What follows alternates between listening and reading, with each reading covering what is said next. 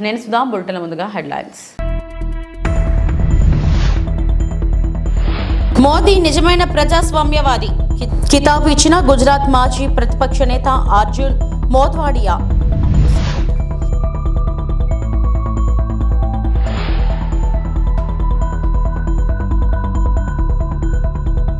జోరు అందుకున్న ఎన్నికల ప్రచారం. సీఎం జగన్ సుడిగాలి పర్యటన.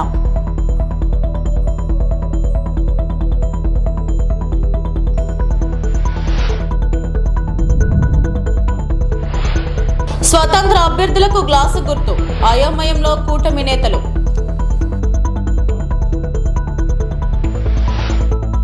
ఆంధ్రప్రదేశ్ అసెంబ్లీ ఎన్నికలకు నామినేషన్ల పర్వం ముగియడంతో అన్ని పార్టీలు ప్రచారంలో దూకుడు పెంచాయి. ఈ క్రమంలోనే ముఖ్యమంత్రికి వైఎస్ జగన్మోహన్ రెడ్డి సుడిగాలి పర్యటన కొనసాగిస్తూ ప్రచారాన్ని హోరెత్తిస్తున్నారు. రోజుకు 3 పార్లమెంట్ నియోజకవర్గాల్లో పర్యటిస్తున్నారు. విపక్షాలపై విమర్శలు గుప్పిస్తూ మళ్లీ అధికారం ఇస్తే వచ్చే 5 ఏళ్లలో ఏం చేస్తామో చెబుతూ ముందుకు సాగుతున్నారు. ఇవాళ మరో 3 నియోజకవర్గాల్లో పర్యటిస్తారు CM Jaganmohan Reddy. AP CM Jagan ఇవాళ 3 పార్లమెంట్ నియోజకవర్గాల్లో పర్యటిస్తారు. ఉదయం 10 గంటలకు ఒంగోలు పార్లమెంట్ పరిధిలోని కొండపి నియోజకవర్గంలో పర్యటిస్తారు. టంగుటూరులో జరిగే ప్రచార సభలో పాల్గొంటారు సీఎం. ఇప్పటికే కూటమి నేతలపై విరుచుకుపడుతూ వైసీపీ పాలనలో చేసిన అభివృద్ధి పనులను ప్రజలకు వివరిస్తున్నారు ముఖ్యమంత్రి. మీకు మంచి చేసి ఈరోజు మీ అందరి సమక్షంలో మీ జగన్ ఒక వైపున ఉన్నాడు, మరోవైపున అటువైపున గతంలో 14 ఏళ్ళు అధికారం చెలాయించి తన పేరు చెబితే ఏ పేదకు కూడా తాను చేసిన ఏ మంచి కూడా గుర్తుకు రాని మరో పెత్తందారి అటువైపున ఉన్నాడు. ఈరోజు మీ అందరినీ ఈరోజు నేను ఒకటే కోరుతా ఉన్నా. ఈరోజు జరగబోతా ఉన్న ఎన్నికలు కేవలం ఎమ్మెల్యేలను ఎంపీలను ఎన్నుకునేందుకు జరిగే ఎన్నికలు మాత్రమే కావు. ఈ ఎన్నికల్లో మీరు వేసే మీ ఓటు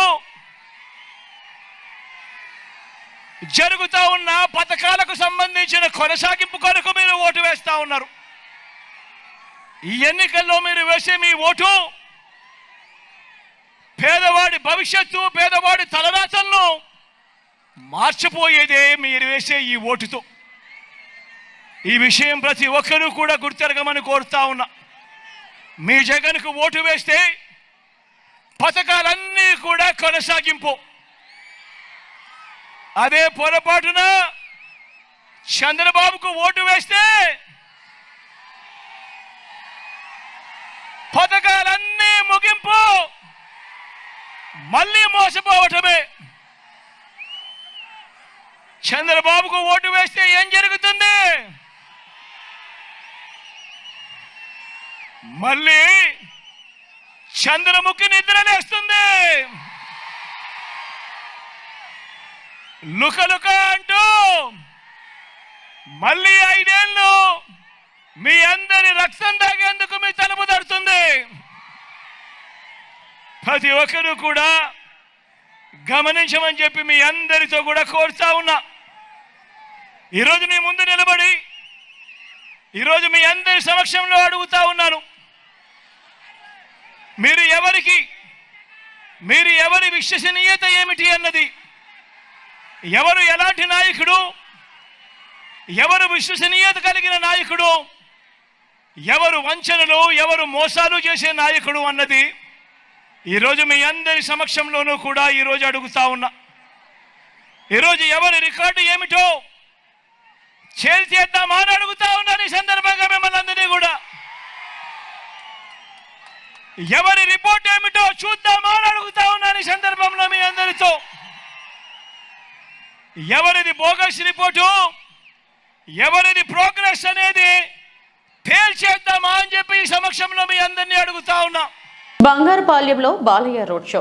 చిత్తూరు జిల్లా పూతలపట్టు నియోజకవర్గం బంగారుపాలెంలో హిందూపురం ఎమ్మెల్యే అభ్యర్థి బాలకృష్ణ సోమవారం సాయంత్రం రోడ్ షో నిర్వహించారు. ఆయన మాట్లాడుతూ అవినీతి రహిత పాలన రావాలంటే రానున్న ఎన్నికల్లో ఎన్డీఏ కూటమికి పట్టం కట్టాలని ప్రజలకు పిలుపునిచ్చారు. కార్యక్రమంలో చిత్తూరు ఎంపీ అభ్యర్థి దగ్గుమళ్ల ప్రసాదరావు, పోతలపట్టు ఎమ్మెల్యే అభ్యర్థి డాక్టర్ మురళీమోహన్, జయప్రకాష్ పెద్ద ఎత్తున ప్రజలు పాల్గొన్నారు. వాళ్ళని భయాందోళనకు గురి చేయడం, అలాగే ఎంతో మంది పేద దళితుల్ని శిరోమిండనం చేయడం జరిగింది. ఉండనే అలాగే ఈ వైకాపా ఎమ్మెల్సీ అయిన అనంతబాబు దళితుడైన తన కార్ డ్రైవర్ను హత్య చేసి డోర్ డెలివరీ చేయడం జరిగింది. అలాగే రాజధాని గురించే ఎవరైనా నాయకులు తవ్విస్తే వాళ్ళ మీద ఎస్సీ ఎస్టీ కేసులు పెట్టడం, ఇలా మరి వాళ్ళ ఆనాడున్న ఏదైతే అంబేద్కర్ విదేశీ విద్య ఉందో దాని పేరే మార్చేశాడు. అసలు ఏమీ లేదు, ఒక్కడిని పంపాడా ఈ 5 సంవత్సరాల విదేశాలకి? అసలు ఈ ఎస్సీ సప్లాన్నే మొత్తం ఎత్తేశాడు. ఆనాడు తెలుగుదేశం ప్రభుత్వం అధికారంలో ఉన్నప్పుడు మరి పేద ఎస్సీ ఎవరు విద్యార్థులు ఉన్నారో వాళ్ళందరికీ సబ్సిడీ లేని రుణాలు ఇచ్చి, మరి వాళ్ళకు ఇన్నోవా కార్లు ఇచ్చి, మరి ఆనాడు వాళ్ళకి ఉద్యోగ కల్పన ఇవ్వడం జరిగింది, దారి చూపడం జరిగింది. అలాగే ఎవరైతే ఈ దళిత యువ పారిశ్రామికవేత్తలు ఉన్నారో ఏపీఐఐసి ద్వారా వాళ్ళకి 1 కోటి రూపాయల ఆర్థిక సహాయం చేయడం జరిగింది. రేపు తెలుగుదేశం పార్టీ మళ్ళీ అధికారంలోకి రాగానే వెంటనే ఈ యొక్క అంబేద్కర్ విదేశీ విద్యను మళ్ళీ అమలు చేస్తాము. అలాగే ఈ యొక్క ఏదో మైనారిటీస్ మన ఎస్సీ ఫైనాన్స్ కార్పొరేషన్ ఉందో దాని ద్వారా రుణాలు ఇస్తాము. అలాగే బెస్ట్ అవైలబుల్ స్టడీస్ ఇస్తాము. అలాగే ఈ యొక్క సివిల్ సర్వీసెస్కి వెళ్లే వాడికి ఉచితమైన ట్రైనింగ్ ఇస్తాము. అలాగే ప్రతి ఎస్సీ కుటుంబం, పేద ఎస్సీ కుటుంబానికి 2 ఎకరాల కొనుగోలు భూమిని ఇస్తామని మీ అందరికి తెలియజేసుకుంటున్నాను. ఇలా ఎన్నెన్నో కార్యక్రమాలు ఇంతకుముందు చేపట్టాము. ఆనాడు రిజర్వేషన్ల విషయం అయితేనేమి, మహిళలకు మరి ఆస్తిలో సమాన హక్కు అయితేనేమి, లేకపోతే కిలో బియ్యం 2 రూపాయలు, ఈనాడు ఏదో ఆహార భద్రత అంటున్నాం. ఆనాడు నేను చెప్పా పేర్లు మార్చి ఆయన ప్రవేశపెట్టిన పథకాలు కొనసాగించాల్సిందే, అమలు చేయాల్సిందే తప్ప లేకపోతే వాళ్ళకి అడ్రస్ ఉండదు. ఇవాళ ఆహార భద్రత అంటే ఏంటి? ఆనాడు ఎన్టీ రామారావు దేశంలో మొట్టమొదటిసారిగా కిలో బియ్యం 2 రూపాయలకి ఇచ్చారు. ఆడవాళ్ళకి ఆస్తులు సమానానికి ఇచ్చారు. అలాగే పింఛను మొదలు పెట్టింది ఆయనే. వృద్ధాప్య పింఛం 20 రూపాయలు, అప్పుడు 30 రూపాయలు ఇవ్వడం జరిగింది. అలాగే రైతులకు 50 రూపాయలకి 1 యూనిట్ కరెంటు. అలాగే భూమి శిస్తు రద్దు చేశారు. అలాగే మహిళలకి మరి ఉద్యోగాల్లో, రాజకీయాల్లో వాళ్ళకి 33% రిజర్వేషన్, అలాగే బీసీలకి 9% రిజర్వేషన్, అలాగే బీసీలకి 20% రిజర్వేషన్ ఆనాడు ఉద్యోగాల్లో రాజకీయంగా ఆయన కల్పించడం జరిగింది. అలాగే ఎస్టీలు ఉన్నారు, వాళ్ళకి 14 నుంచి 15. అలాగే మహిళలకి ఏమో 4, ఎస్టీలకేమో 4 నుంచి 6% ఆనాడు రిజర్వేషన్ ఇవ్వడం జరిగింది ఎన్టీ రామారావు గారు. అలాగే మండలాలు ఏర్పాటు చేశారు, ప్రజల వద్దకు పాలన తీసుకొచ్చారు. అలాగే ఈ యొక్క గ్రామాల క్రాంతి పథకం అంటే సర్వోన్నతముఖ అభివృద్ధి కోసం ఆనాడు ఆయన ఈ యొక్క గ్రామాల అభివృద్ధికి మౌలిక సదుపాయాలు కలగజేయడం కోసం ఆయన ఒక విప్లవం తీసుకొచ్చారు. అలాగే ఈ యొక్క రైతుల కోసం వాళ్ళందరూ పండించింది ఒకే చోట వాళ్ళకి స్థిరీకరణ ఒక ఫండ్ని ఏర్పాటు చేసి ఇక్కడ ఉంది. వాళ్ళు చూస్తున్నాం మనం, ఇక్కడ మనకు బాగా తెలిసింది పాడి మామిడి. మరి ఇక్కడ మామిడి పరిస్థితి చూస్తున్నాం ఇవాళ. ఇవాళ మామిడికాయ బంగినపిల్లి గడ్డ తర్వాత అంత మేలు రకమైన రుచికరమైన మామిడిని ఇక్కడ పండిస్తారు రైతులు. మరి వాళ్ళు చూస్తున్నాం మనం, అది వారం రోజులు నిలువ ఉంటుంది, లేకపోతే అది మగ్గిపోతుంది.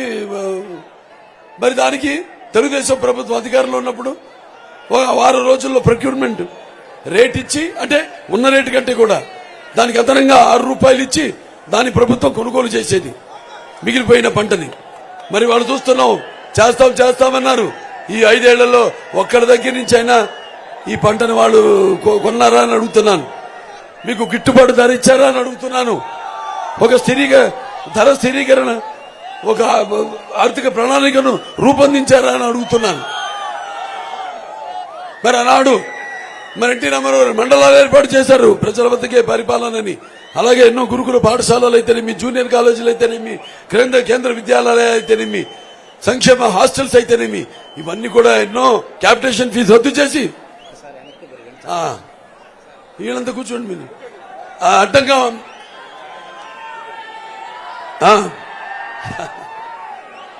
ఆనాడు మరి ఒక క్యాపిటేషన్ ఫీజు రద్దు చేసి మన పేద ధనికులకే లభ్యమయ్యే ఈ అత్యున్నతమైన విద్యను పేదవాళ్ళకి ముంగిటికి తీసుకొచ్చారు నాన్నగారు తారక రామారావు, మీ అన్నగారు. ఆ తర్వాత ఈ యొక్క ఏదైతే మండలాలకు ఏర్పాటు చేశారో ఆ మండల కమిషన్ కూడా ఏర్పాటు చేసి ఈ యొక్క మండల ఒక సిఫార్సును కూడా ఆయన అమలు చేయడం జరిగింది. అలాగే ఎస్సీ కమిషన్ ఆ రోజు అదేది మన సర్కారియా కమిషన్ ఆనాడు ఏర్పాటు చేసి మరి దాని ద్వారా వాళ్ళ యొక్క సిఫార్సులు కూడా అమలు చేసి మరి దేశంలోనే ఎన్డీఏ చైర్మన్గా ఉన్నప్పుడు ఆయన మొత్తం దేశ రైతుల గురించి ఆలోచించి రైతే దేశానికి వెన్నెముక అని ఆనాడు ఆయన మొత్తం దేశంలో ఉన్న రైతులందరూ కూడా విపి సింగ్ గారు ప్రధానమంత్రిగా ఉన్నప్పుడు 11,000 కోట్ల రూపాయలు మొత్తం రైతులకి మాఫ్ చేయడం జరిగింది, రుణాలు మాఫ్ చేయడం జరిగింది. ఇలాంటివి ఎన్నెన్నో కార్యక్రమాలు చేపట్టాం. తర్వాత చంద్రబాబు నాయుడు గారు ఆయన యొక్క ఏదైతే నాన్నగారి యొక్క మానస పుత్రికలు హెచ్ఎన్ఎస్ఎస్ అందరినీ సొంత సమితి అయితేనేమి, గాలేరు నగరి అయితేనేమి, లేకపోతే తెలుగు గంగ అయితేనేమి, మరి ఆనాడు తర్వాత చంద్రబాబు నాయుడు గారు రావడం, ఆయన హయాంలో తెలుగు గంగ పూర్తి చేయడం, తర్వాత చంద్రబాబు నాయుడు గారు ఏదైతే మన రామారావు గారి మానస పుత్రిక అయిన తెలుగుదేశాన్ని అదే క్రమశిక్షణతో ముందుకు నడుపుతున్నారు. ఇవాళ తెలుగుదేశం పార్టీకి ఉన్న కార్యకర్తలు ప్రపంచంలోనే ఏ పార్టీకి లేరు లేరు లేరు. రాష్ట్రంలో జగన్మోహన్ రెడ్డి ప్రభుత్వం వచ్చాక ఎక్కడ చూసినా అరాచకాలు, హత్య రాజకీయాలు నిత్యం జరుగుతున్నాయని జనసేన కార్పొరేటర్ పీతల మూర్తి యాదవ్ అన్నారు. మంగళవారం విశాఖ టీడీపీ కార్యాలయంలో జరిగిన విలేకరుల సమావేశంలో ఆయన మాట్లాడుతూ ఆరిలోని దళిత యువకుడు అమరేశ్వర్పై జరిగిన దారుణం విషయంలో కనీసం చర్యలు తీసుకోకపోవడం సరికాదన్నారు. వైసీపీ నేతగా చెప్పుకునే మహిళ దళిత యువకుడును ఉద్యోగాలు ఇప్పిస్తానని చెప్పి అతని నుండి డబ్బులు తీసుకుని మరికొంతమందిని చేరిస్తే వారికి కూడా ఉద్యోగాలు ఇప్పిస్తామంటూ సుమారుగా 3 కోట్ల రూపాయలు వసూలు చేసుకుని తీరా ఉద్యోగం ఇవ్వకుండా సేవ చేసుకునే ఇతడిని ఇబ్బంది పెట్టి అక్రమ సంబంధం అని చెప్పి హత్య చేసి నడి రోడ్డుపై పడేశారు.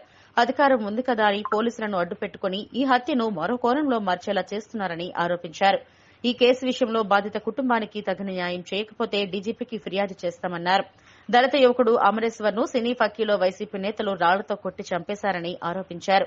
నేరం చేసినది వైసీపీ మహిళా నాయకురాలని పదే పదే చెబుతున్నా నేటికి పోలీసులు ఆమెపై కనీస చర్యలు తీసుకోలేదని, ఈ కేసు విషయంలో ఆమెకు సహకరిస్తున్న విశాఖ ఎంపీ సత్యనారాయణతో పాటు ఆయన అనుచరుడు జీవీలపై కూడా చర్యలు తీసుకోవాలని డిమాండ్ చేశారు. మరి అలాంటి వ్యక్తి ఉపకార్ చారిటబుల్ ట్రస్ట్ ద్వారా ఎన్నో కార్యక్రమాలను తను మాతో గొడవాడి మరీ చేయించుకునే వ్యక్తి.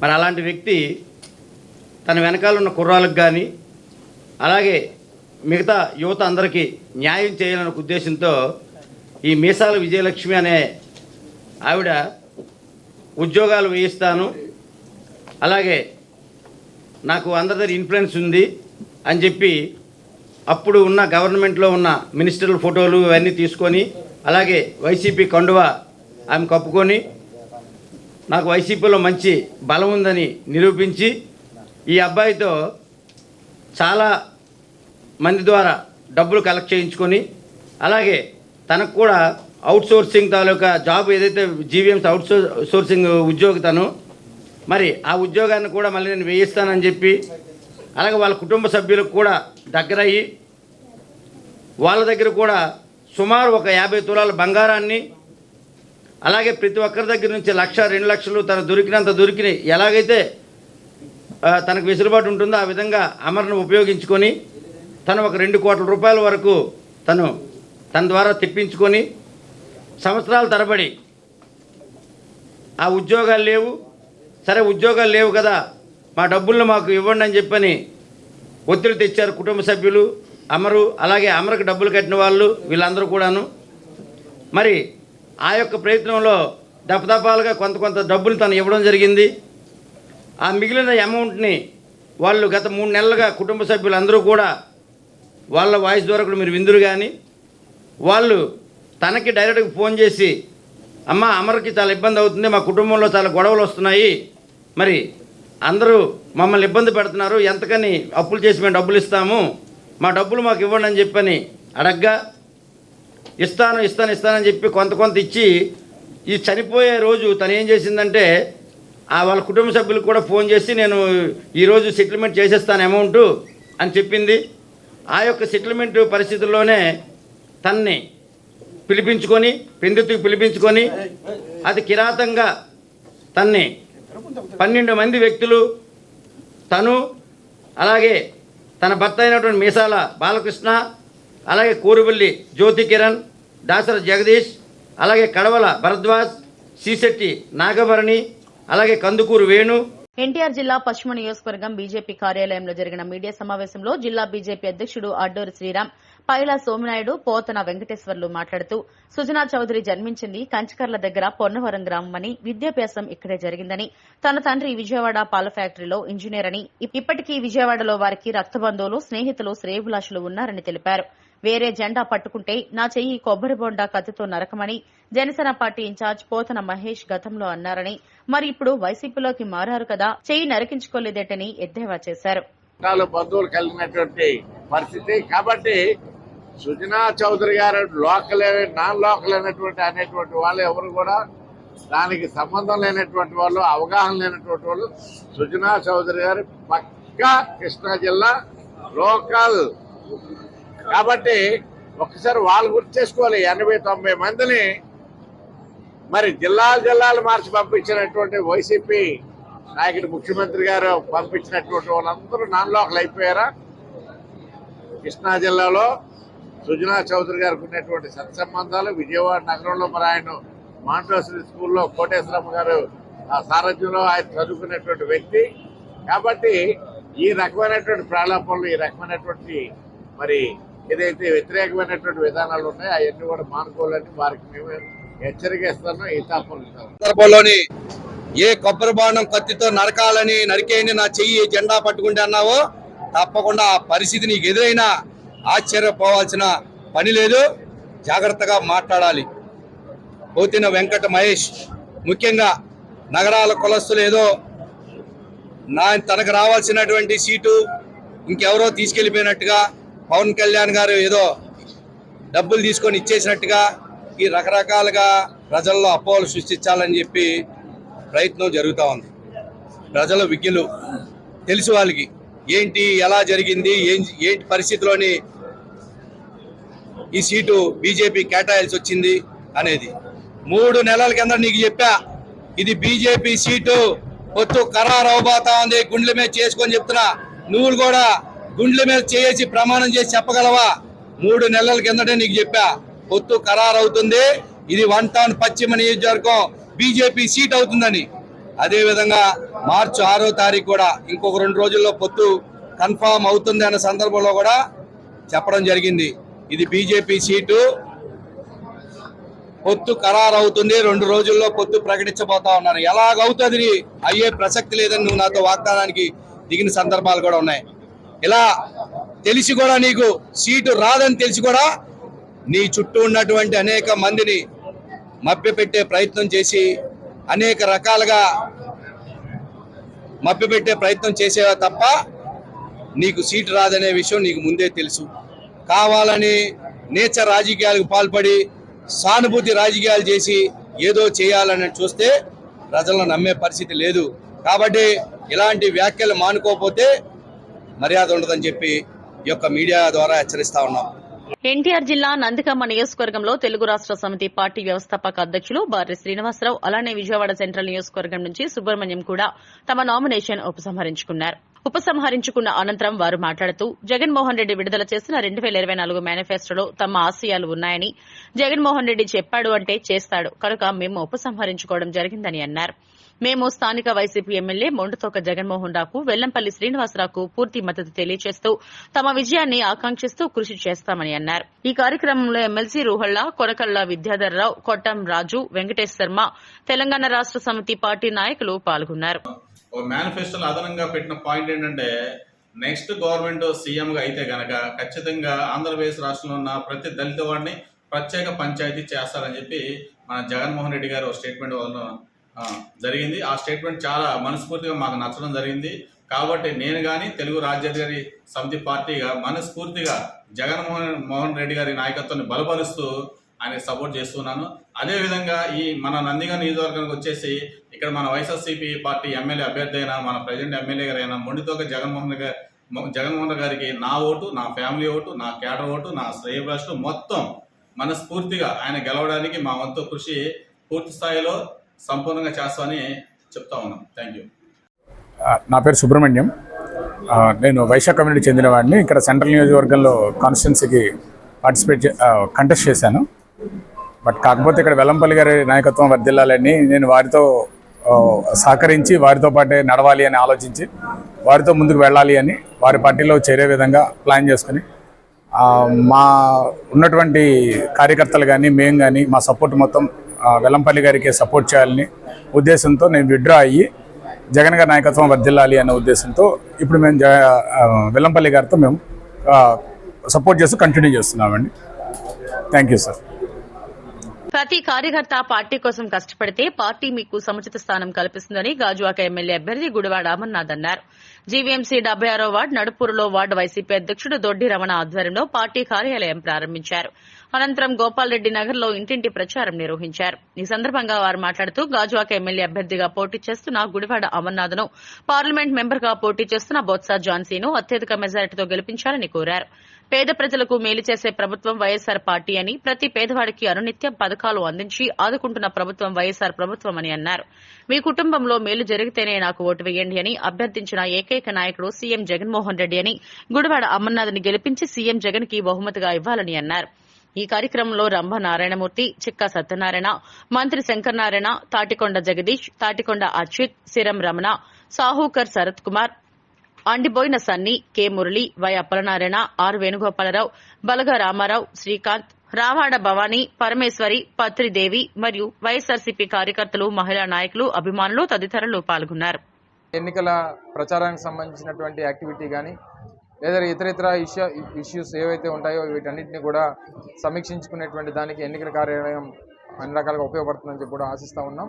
సో తప్పకుండా రేపు జరగబోయేటువంటి ఎన్నికల్లో గాజువాక నియోజకవర్గంలో వైఎస్ఆర్ కాంగ్రెస్ పార్టీ గెలుపు కోసం అందరం కూడా కష్టపడి పనిచేస్తూ ఉన్నారు. తప్పకుండా రేపు జరగబోయేటువంటి ఎన్నికల్లో వైఎస్ఆర్ కాంగ్రెస్ పార్టీ విజయం సాధిస్తుందనేటువంటి ఒక నమ్మకం పూర్తి స్థాయిలో ప్రతి ఒక్కరికి కూడా గాజువాక నియోజకవర్గంలో ఉన్నటువంటి ప్రజానికానికి అందరికీ, అలాగే పార్లమెంట్ అభ్యర్థిగా ఝాన్సీ గారు కూడా మంచి మెజార్టీతో గెలుస్తారనేటువంటి విషయాన్ని కూడా ఈ సందర్భంగా తెలియజేసుకుంటూ మరొకసారి 76వ వార్డు డివిజన్లో పార్టీ సీనియర్ నాయకులందరికీ కూడా హృదయపూర్వకంగా ఈ సందర్భంగా శుభాకాంక్షలు తెలియజేస్తారు. పాత కన్నవానిపాలెం శ్రీ సీతారామాంజనేయ స్వామి సహిత కళ్యాణ సుబ్రహ్మణ్యేశ్వర స్వామి ఆలయంలో తృతీయ వార్షికోత్సవం సందర్భంగా సుబ్రహ్మణ్యేశ్వర కళ్యాణ మహోత్సవాన్ని అంగరంగ వైభవంగా నిర్వహించారు. భాజపా గాజువాక కన్వీనర్ కన్నంరెడ్డి నరసింహరావు జ్యోతి దంపతులు, సిరసపల్లి అప్పారావు, మరిడమ్మ దంపతుల చేతుల మీదుగా జరిగింది. మేళతాళాలు, మంగళ వాయిద్యాలు, వేద పండితుల మంత్రోచ్చరణల మధ్య కళ్యాణం నేత్రపర్వంగా జరిగింది. శ్రీనగర్, భరత్ నగర్, సుందరయ్య కాలనీ, దుర్గానగర్ ప్రాంతాల నుంచి భక్తులు పెద్ద సంఖ్యలో పాల్గొన్నారు. కార్యక్రమంలో స్థానికులు గొంతెన దేమపడు కరణం కనకారావు, కరణంరెడ్డి, రాము కరణం, రామకృష్ణ, జనపరెడ్డి మణి, రమణ తదితరులు పాల్గొన్నారు.